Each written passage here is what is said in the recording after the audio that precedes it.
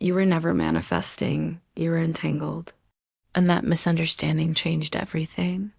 You were told you had to visualize harder, ask louder, repeat affirmations until reality finally responds.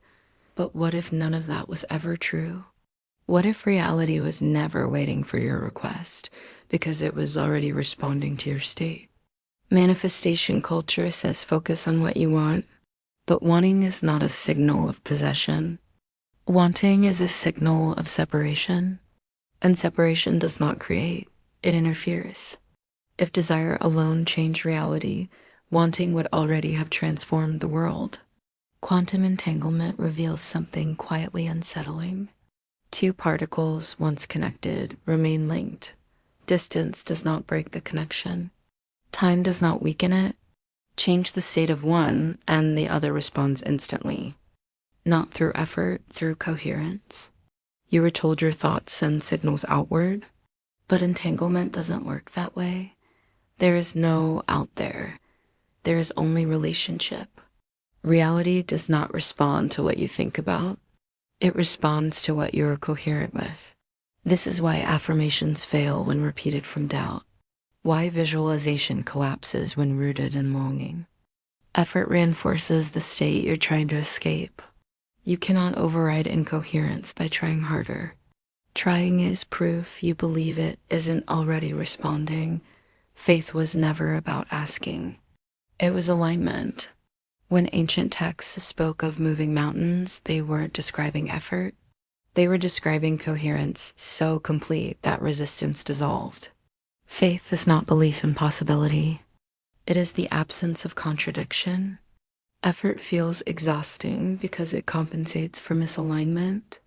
You push when your identity contradicts your intention. You strain when you're entangled with separation while trying to escape it. You cannot outrun an entanglement you refuse to see. Receiving is not waiting. It is not passivity. Receiving is the removal of internal contradiction. The moment you stop asking reality to prove something you have not accepted internally, reality mirrors coherence, not requests. A population taught to ask is easier to manage than one that remembers coherence. Asking implies hierarchy. Waiting implies permission. Coherence implies authority. And authority was never meant to be outsourced. You were never manifesting. You were entangled. With your assumptions, with your identity, with your internal state, reality has been responding the entire time. In the next episode, we'll explore why they taught you to ask and why they never taught you how to receive. If you're still here, this wasn't meant to rush you. It was meant to meet you where you are. Thank you for being here. Thank you for staying through to the end. Your time and attention matter more than you realize. If things have felt noisy or heavy lately, that doesn't mean you're behind. It just means your focus has been pulled in a lot of directions. Don't forget to share, and subscribe for more journeys into consciousness. Investigate, research, remember the truth.